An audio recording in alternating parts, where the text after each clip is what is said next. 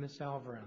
Great, thank you. My name is Hyacinth Alvaran, and I am testifying today as a public witness in support of Bill 18-482, and I thank the Council for this opportunity to speak to you today.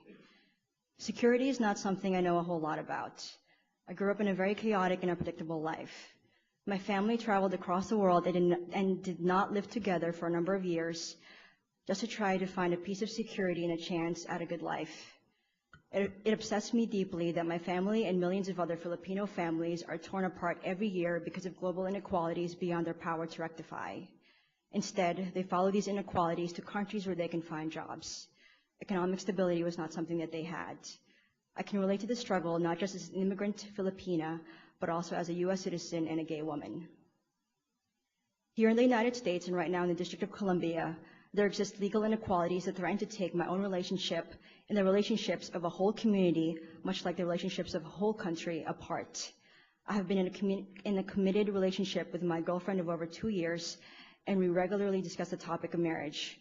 But in the meantime, I am reading books and attending workshops to learn more about what we can do to safeguard our commitment to take care of one another in case she or I end up in the hospital or we end up in a financial bind. I don't want to have to move to a different place and pick up pieces of my life just so that my commitment to my partner has a chance to survive. If I have to, I will. But I'm very angry about that prospect because it reminds me of sacrifices that are painful to think about and do not want to make in my adult life. I do not want to live in that kind of fear again, nor live with the stigma of being a gay woman. I decided to move to Washington, D.C. after college because I wanted to live in a community where I can feel safe to be who I am, and it worked. DC has not only been an ideal place for me to spread my wings, it has also become my home. I found an LGBT women's soccer team, work at the Human Rights Campaign, a community of loving and supportive LGBT and ally friends of many identities and backgrounds, and eventually, Jen, one of the most loving, caring, and genuine people I know.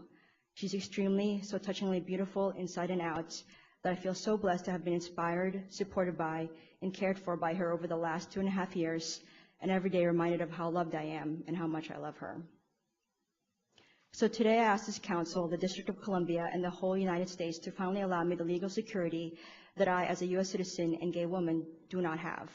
To live out the values that I breathe as a Filipina woman, values born out of experience and sacrifice. To allow me to take care of my partner, my companion, and maybe someday my future spouse. Fundamentally, security and peace of mind is what my family came to this country for. Now that I am old enough to appreciate the value of security and stability, I ask the council to finally grant me that in a very important aspect of my life. Thank you. Thank you, Ms. Alvaran.